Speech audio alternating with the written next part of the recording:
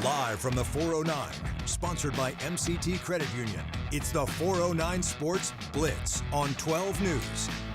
Yeah, that's right. Welcome to the 409 Sports Blitz. I'm Holton Pepper. And I'm Nick Canizales here. All right, let's begin with tonight's playoff action. The coverage right away. Let's do it the right way. After winning state championship 2 years ago, number 3 P&G made another deep playoff run last season before losing to South Oak Cliff. Tonight, the pursuit of the 5th state title began at the reservation. Yeah, look, this is a team that has scored 40 or more points, 7 of their 10 games this season. Their defense has held opponents to 17 points or less in half of their games. Indians came in as 43-point favorites tonight against the Dragons of Nacogdoches, a team that kind of limped into the playoffs after losing their last 3 to end the season. First quarter action, Connor Bailey drops in the basket of Seth Briscoe, 40 yards with a touchdown, 7-zip. They would later add a field goal. It's 10-0. How about this? Tyson Henry walks in from a yard out. That's 17-0 after 1. Second quarter now, Tyson Henry again. He would find the end zone yet again. And then look, the defense. They've been really lights out this entire season. They would come up big. This is Victor Trevino. Ooh. Look, there he is. Look at the big man run. How about that? You ready for that tutty. Touchdown, Victor Trevino. Hey, listen, though, terrible news for P&G. Quarterback Connor Bailey, he was hurt. He had to be carted off the field with the left leg injury. He did come out on crutches in the second half with a knee immobilizer. Indians would go on to win, though, 48-7. They'll take on Ennis in next week's area round. Of course, that's the big story. Let's go out to Cameron Burchett, who joins us live from the reservation. Cam, big win by P&G, but of course, the reaction is, will they have their quarterback anytime soon? Exactly right. So nearly the whole game, the closest Nacogdoches got to their own end zone was the touchdown they got with 1 minute left in the game. So P&G let them have it with a score of 48-7. And again, just like you guys mentioned, Connor Bailey, the quarterback, did get hurt tonight. Now, we're not sure with what kind of injury he got exactly, but he did come out with a knee immobilizer, just like you said, Nick. But I spoke to Coach Joseph. They're going to figure out exactly what it is, but it looked like an apparent knee injury, and that's really all we know for now. But again, I spoke to Coach Joseph, and I spoke to a couple of the players, and they're just hoping that he has a speedy recovery there to figure out more what's wrong with him and what exactly is wrong. But again, just like you also said, Nick, the P&G Indians, undefeated 11-0, are playing Ennis Lions next week. We're not sure where, but that's who we know they're going to face next. But going to the game, let's talk about this recap. Even with 3 players out, including Connor Bailey, could not stop the Indians from putting points on the board. With him going out, that put backup quarterback Jake Ashworth, a junior, into the mix. And again, ultimately, the Indians came out on top, advancing them to the next round and continuing their winning streak. Now, tonight's win, as we've talked about all evening, tied Coach Joseph with the school's record of the most playoff victories by a single head coach. As mentioned prior, tonight's win means P&G is also 11-0 and continuing their winning streak. And again, the Indians had an amazing final home game at the reservation, ending with that score of 48-7. And again, nearly the whole game, P&G showed the Nacogdoches Dragons whose field they were playing on tonight. That score again, final 48-7, and I can't think of a better way for these guys to end again their final home game of the season here at the reservation with such a massive win like that over the Nacogdoches Dragons, which again just advances them to the next round of playoffs, which is everybody's favorite time of the year, including mine. So again, guys, just congratulations to P&G over such a great win tonight over the Nacogdoches Dragons. We hope you guys will have continued success throughout your playoff run. I know we're all looking forward to it. Donning the purple and white as a Bulldog hurts, but seeing you guys have a big win like that was fantastic. So for the final time this season, for 409 Sports, I'm Cameron Burchett. I don't know. She's got the purple on today. I don't know if it hurts her it's too shocking. bad. It's shocking. She is a needle and grad. Yeah. But no, good win by P&G. Great win. Of Great course, win. Find out, I guess, more tomorrow. I was told that expected MRI possibly tomorrow to see how significant that knee injury is. But again, it's almost like a couple years ago when Connor Bailey had to step in and then end up taking him to the state championship game. So kind of eerily similar. But, look, Ashford's coming in. He's got the playmakers. He's got the offensive line. We were just kind of talking with Kerry off camera there. Look, he's got the team. Now it's just, your time to shine and next man up. And they still get a lot of playmakers. Oh, yeah. That's not disguise the fact that they have a lot of playmakers, both offensively and defensively. Got a great run game. Offensive line, like you just mentioned a second ago, is really stout. There's a lot to look forward to with Port Neches, but I think we talked about it before we came on camera. Connor Bailey has so much expertise at this point. Yeah, the experience factor is big. I mean, with the year you were talking about. He's got, what, probably 30, 35 Included stars, with the 40 stars, playoffs, Yeah. state championship, state Right. champion. It's hard to replace, but, It know, is. Jeff Joseph, these kids they're going to be prepared. They will be. Next man mentality. This is what they, when you're in that situation, this is what you hope for. And you're like, you know what, I want my chance and to help the team out. And, again, this is a PNG team that is really good. So we'll see what happens next week in Ennis. Still a lot to look forward to for Port Neches, but pivoting now to another local game here. Longview Pine Tree hit the road today to come to the 409 to try and tackle one of the hottest teams in Southeast Texas, the Lumberton Raiders, who were also co-district champions. As what a season they had. Hey, look, man, big time wins. Capped off last week by that win over LCM 49-30. But look, this district, Bridge City, Lumberton, LCM, the toughest Division I yet. We'll see if anybody's advancing. Yeah, it's a really tough district that they're facing. You got Kilgore, obviously Pine Tree, a lot of those teams out there that can hurt you in a lot of different ways. Pine Tree, obviously, here we're going to start highlights with them. Colton Croft here at quarterback does the little play action, and he's got a man over in that corner. What a great catch there. That is Rashad Wolford to make it 7-0 Pine Tree. Pine Tree here again out on offense. Here's Croft again. He gives again to Rashad Wolford. Gets the stiff arm down the sideline, and he is going to go.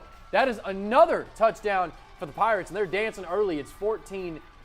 So Lumberton kind of got punched in the mouth, and it's about responding, right? Lumberton trying to get something going here. We got Nolan Mitchell, and a great play that gets them past midfield, but they end up turning it over. That's a good on open field tackle on that. Yeah, Pine Tree's got a lot of really good athletes. Croft here hands off to Chris Nicholas. He bounces his way into the end zone. So now it's 21-0 Pine Tree. And here again, Croft hands off to Brick Bratton, who bounces his way. Gets a good seam right there. And LCM. Lumberton just had a tough time stopping this run game. It was 28-0 at the half. And we go to the big board. This one ended up being a 35-0 shutout for Pine Tree. A tough loss for Lumberton, but still a great season for Lumberton. Yeah, no doubt about that. We knew that coming in, this region here, the draw that this district got, with LCM all them, it is brutal. Yeah, absolutely brutal. And it was going to be tough to survive a couple of rounds. But Lumberton, a heck of a season, nothing to be ashamed of. They'll be back here in the playoffs next year. Look, and the rumor has it people didn't think the Lumberton Raiders could even get into the playoffs, and here they are as co-district champions. So huge ups to you guys. Congratulations on the season so far. Or to this point. Yeah. And obviously last night we had some action as well, though. Okay, so Deweyville Pirates were looking to advance to the area round of the playoffs the first time since the 2023 season. And this team, they got off to a slow start this season, but ended up winning 4 of their last 5 games to finish the regular season. Of course, Deweyville played closer to home last night. Beaumont's Doggett Family Stadium against the Sandys from Grapeland, who also came in red hot. Near the goal line, Deweyville going to try and run it in. Jackson Stone pitches behind him to Elijah Milton. Gets into the end zone for that Deweyville touchdown. And then Pirates again uniforms. With the ball. The uniforms are very nice. I love those uniforms. Kamen Collins fakes it. Oh, look at Jackson Sloan for the touchdown. Then Grapeland goes on offense now. It is going to be Malik Johnson. Finds a hole up the middle, gets to the secondary. Oh, look at that. He just kind of trots in. Yeah, it's powerful. Woohoo! Trots in for that touchdown. And then Sean Walker for Grapeland in the gun. Keeping the play alive, looking, rolls to his right. You see that guy wide open, raising his head. Look at all the time in the world. Goes across the body. And, that is Eli DeLeon. And that's about what Grapeland did right there, a touchdown. Deweyville, look, they had a tough time to kind of stop that offense. But here's an opportunity. That's Burke. He's in, Lang Burke. Unfortunately, the Pirates season would come to an end. They fall 50-21. They finish the season 6-5. Yeah, great. Sandy's probably one of the cooler logos, Oh yeah, and the names. And the names and everything. But a great season for Deweyville. We know they'll be back next year. Obviously, a good deal. But we want to tell our NBC viewers to go ahead and flip over to ABC 12 to see the rest of our 409 Blitz. Yeah, before we go to break, here is a halftime performance from the PNG Indian Band. Band of the Week.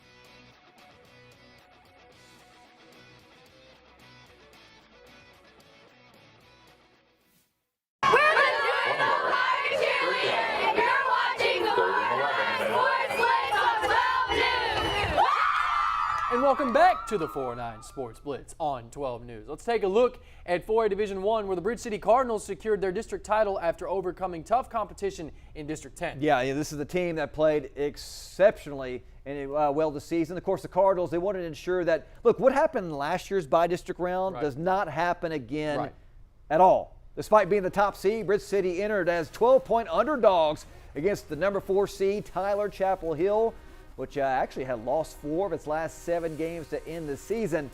Bridge City, offense first. Hudson Hoffman hands off to Abraham Mungia for the touchdown. This is the guy. Listen, he needs to get a scholarship offer, people. He is out there. He is a very, very talented player. And then let's go back to Bridge City here because, oh no, the defense is going to jump on. Oh no, look at that. Maybe a little foreshadowing. How about there? that? I know. That was Bryce Breeden there, one of the top players in Southeast Texas. Hudson Hoffman hands it off to Ashton Summerall. taken down all the way to the 1-yard line. So the Cardinals, they can smell a touchdown. And guess what? It's Summerall again. Oh. He is in for the touchdown. How about this game? Horton, 24-21, Bridge City. The big winners tonight. Let's go out to Spencer Plato. She joins us live.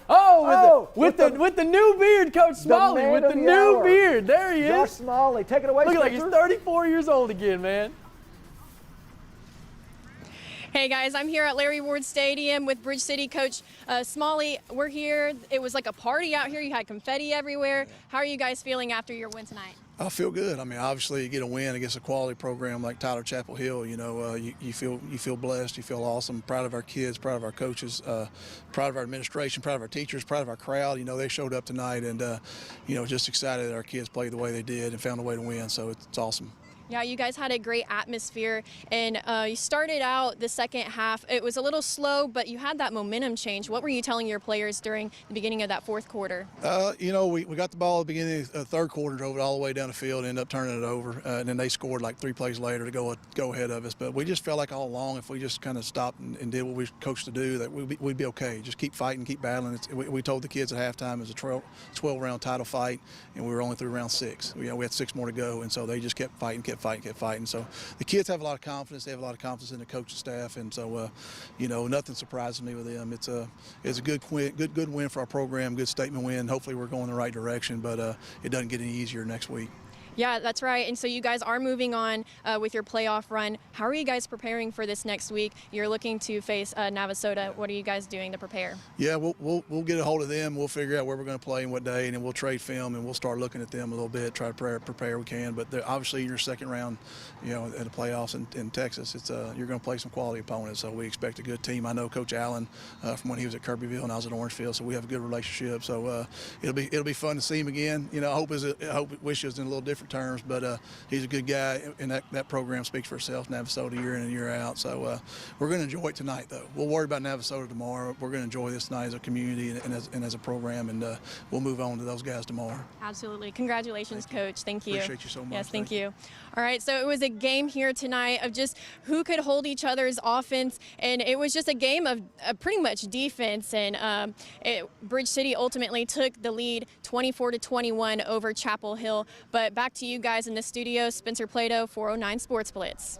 Great job, Spencer, and yeah, I love the new look for Coach I love Coach Smalley. He must be using my adjustable hair for men, that dark jet black hair. Yeah. He looks good. Man. He looks good. Yeah, it looks good, Coach. You ain't got to worry about that. It looks good. Looks but yeah, very that good. Navasota squad next week, that's going to be. Hey, they had a big win, put up over 50 points tonight. What was it, 56-14, I think it was? I think so, Navasota Rattlers. So look out for them. Should be a good clash.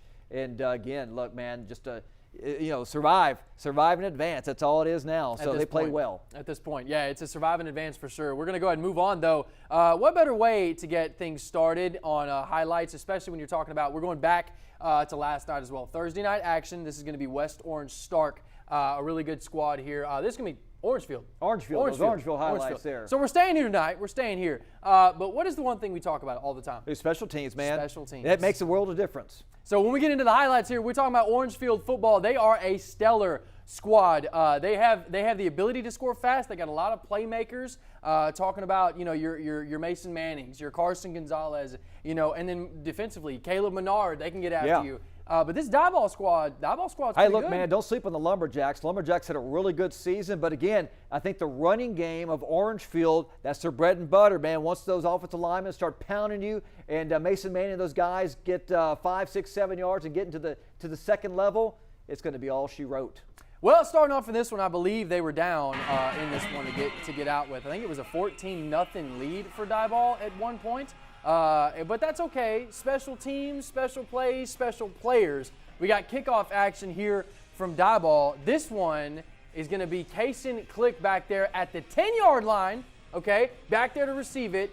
We got an angle. We got blockers. Yeah, give credit to those blockers, too. We're getting through. Blockers are big. We get the outside edge. We are past midfield, and we are going to score a special teams touchdown. Kaysen Click, congratulations to you, sir. That is a big-time play to get Orangefield right back into this game.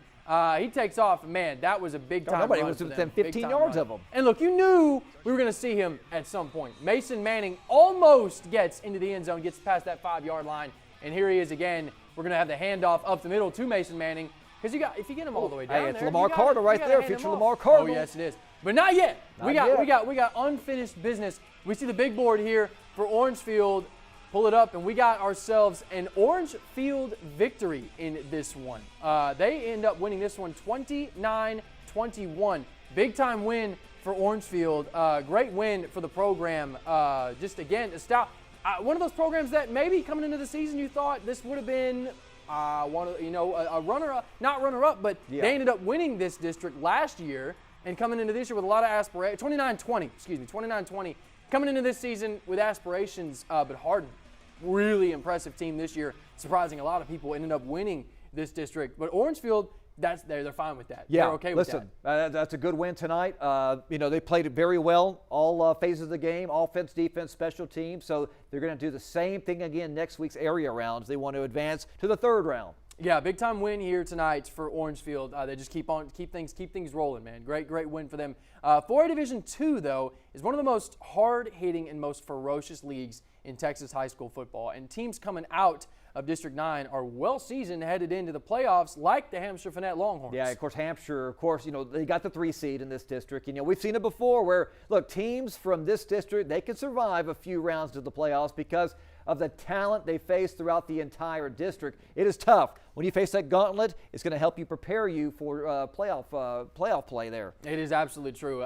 When you face a team like a Silsbee Tigers and a West Orange Stark Mustangs, teams like that, they can get after you and get after you fast. It can be tough, but this is one of their potent weapons on this offense. Blake Broussard just mangling his way into the end zone there. Of course, you got to give thanks to the man above for the touchdown there. He's got the Jets. Follow your blockers, man. And hey, why don't we do it again? This time we're going to roll out right, looking deep downfield, and this one is caught there by the senior Malachi Adams to set up the offense, which of course eventually sets up for a Jesus Sandoval field goal attempt. This one is up, and it is through to get the Horns up to 9 points at the time.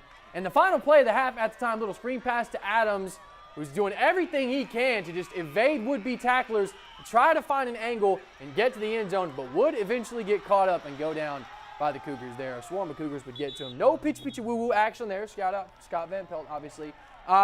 This one, I think I'll let you. It got wild. I'll let you this explain was, you had late in the game, a pick 6. You had some late touchdowns, but every time Hampshire-Fannett would get within 3, Lamarck would score again. They would lose by 3, 35-32, but what an effort. My brother saw his highlights there. He mentioned that, look, the fourth quarter, it was led by a bunch of freshmen and sophomores that were leading the charge. So that tells you that next couple of years, this Hampshire-Fannett team is going to be really, really good. But a lot of heart, great effort by them, almost pulled it off.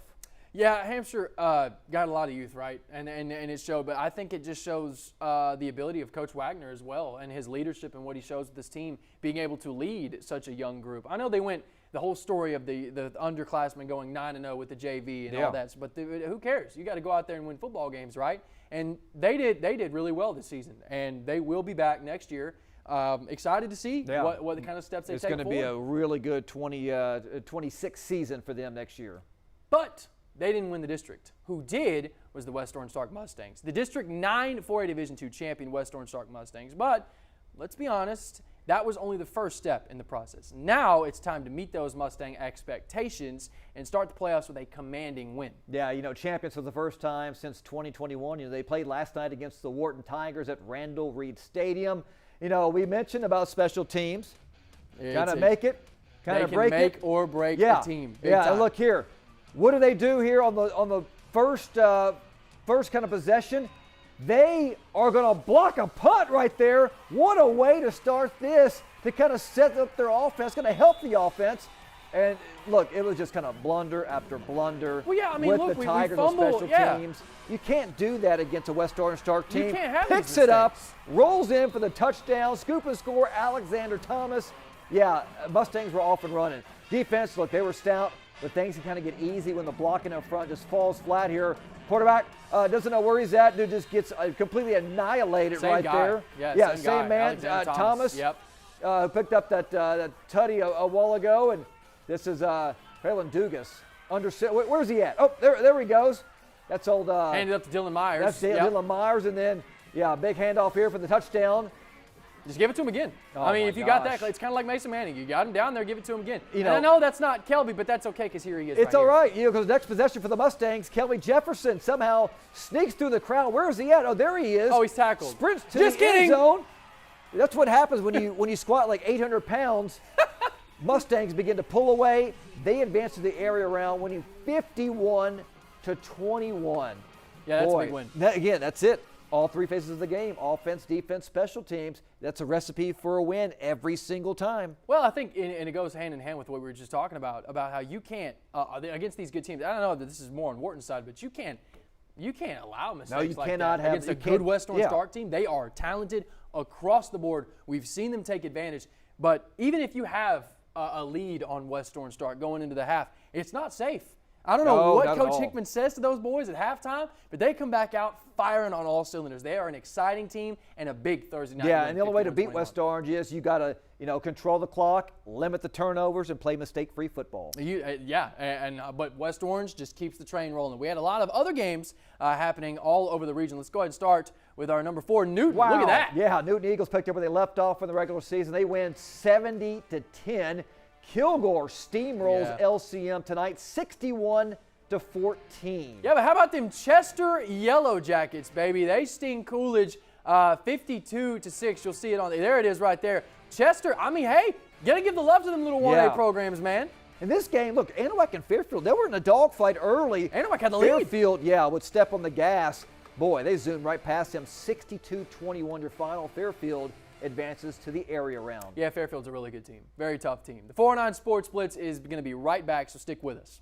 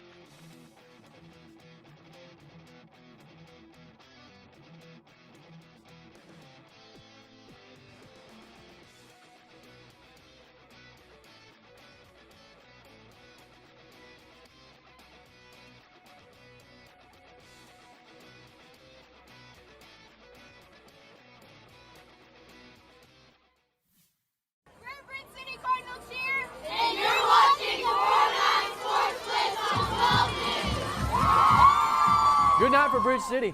Yeah, it was a big night for them. Boy, Great night. advancing to the area round.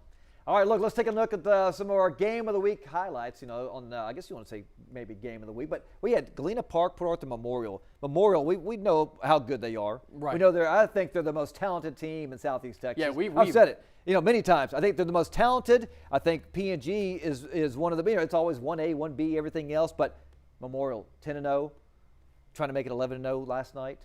Let's go to the highlights here. Yeah, Galena big time. Park. And you see the guy leading the pack there. I put this thing. I had it on my Twitter. It's like, you want to see this, the kind of thing that you want. I love man. those jerseys. Tank King, yeah, the red, the all reds. I mean, they were feeling good. But look at if this was not an omen about how the game was going to go. That was the first play last night. And, of course, Tank King, the guy that led him out there, he's the first one to get to him. Oh. And then a few plays later, I mean, just absolutely hammered right there, blown up.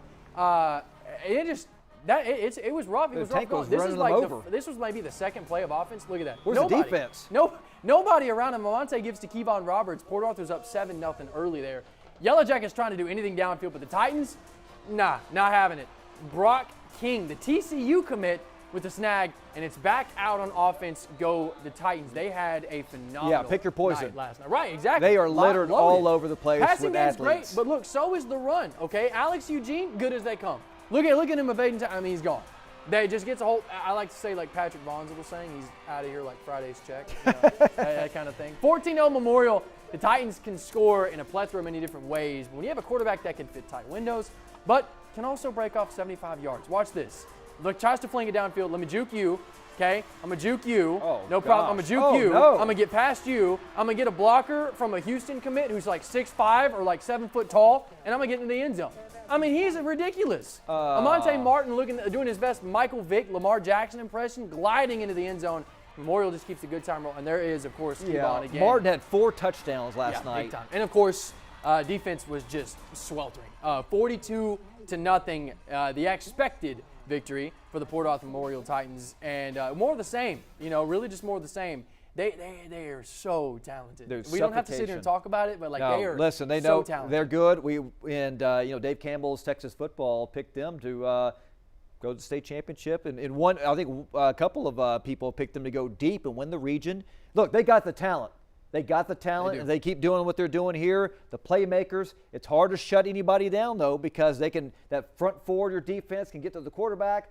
Blocking is great up front with the offensive line. They got so many playmakers, quarterback, receivers, running backs. I mean, they can beat you in every which way. With that team, I think I'd said Thursday when I went live out there at Memorial Stadium, and I was talking about this squad, saying how complete this squad feels. Feels like it's the most complete squad since we've seen since I believe it was 2011. When you can correct me if I'm wrong, but I believe they were a step away from the state championship that year. They had made it all the way to the state semifinals. I think Terrence Singleton was the quarterback back then, if I remember, because he ended up going to Baylor. Ended up covering him in Waco. You would know. You out there at the Waco, man. You would know that. All right, let's get into some of the more of the scores around Southeast Texas, though. All right, we got some good battles going on. How about ARP? They send Coons packing. They fall 56-10. Beaumont United. Hey, knocks off Vince Young's alma mater, Houston Madison, 27-19. Congratulations, BU. They are advancing. BU's first playoff win in school history. Is that not? I believe it is. I think so. I believe it is. That was awesome. That's awesome, man. How about last night? Silsby over Sweeney, 48-27. Silsby's good, man. How about this Cinderella story? Yeah, man. Keep it rolling. 11-0. Hardin Hornets over Crockett, 36-14. Man, I absolutely love this for the Hardin Hornets, man. They have just been playing out of their minds all year long. That stat that they haven't punted, all season? They probably punted a few times. At least, but I mean. All season, up until this point, I don't. It was that's crazy the most to see that. absurd stat I've ever heard, that they did not punt all season. It's regular ridiculous. season. That's crazy. Yeah, well, I mean, that wing tee, they disguise fronts a lot of times. So, man, just wild. But, all right, let's go ahead and get to our hit of the week. Hit of the week, sponsored by First Security Bank. All right, let's go back to Port Arthur. Guess what? It's Alex Eugene with the big hit. Watch this. Where's he at? Oh, there he is. Hello. Boom. Kind of a dump truck. Left that mark. If only he would have kept his feet under me, he would have kept going. Big time hit, though. Dude, lower that shoulder, got him down. Big hit, and the Titans lay the hammer. They are moving on to the next round. We will be back after the break.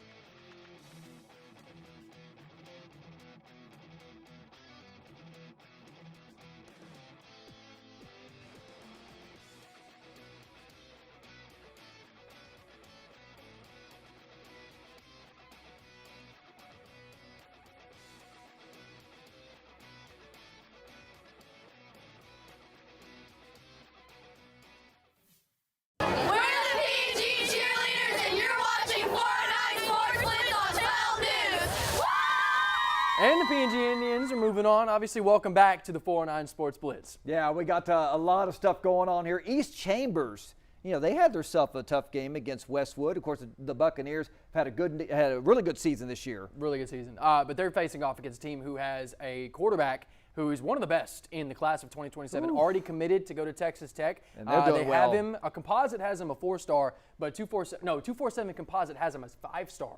But the 247 has him before. So a really good quarterback threat there for the Palestine Westwood Panthers. Yeah, let's see if they can contain them because, Palestine Westwood, very dangerous, played extremely tough district with Fairfield, claiming that title relatively easily. So no easy walkthrough for the Bucks now.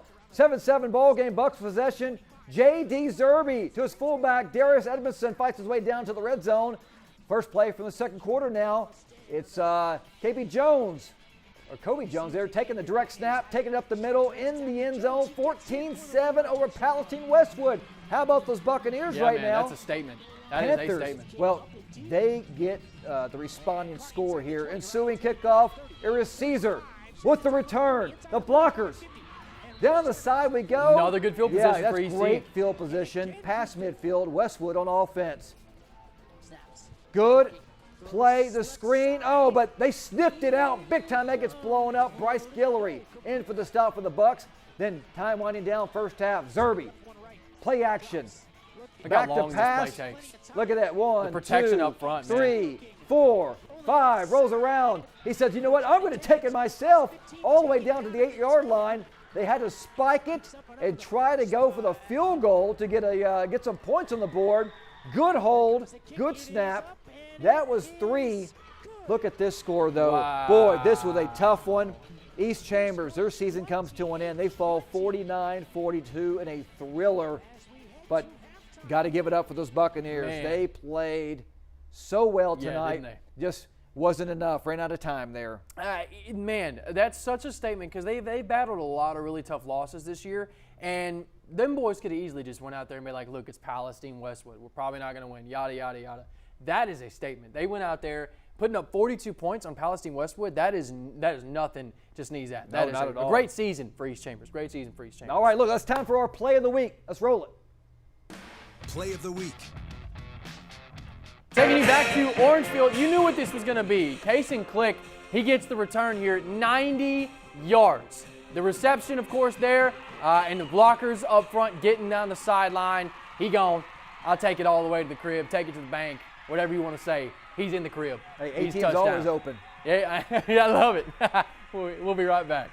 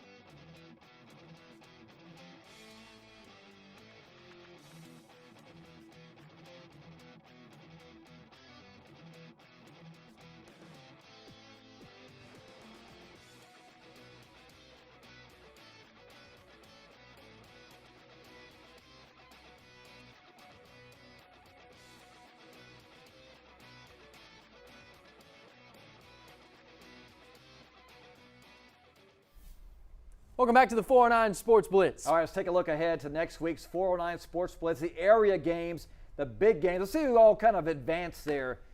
Start off with the Chester Yellow Jackets, Class A, District 1. There's Hart and Orangefield.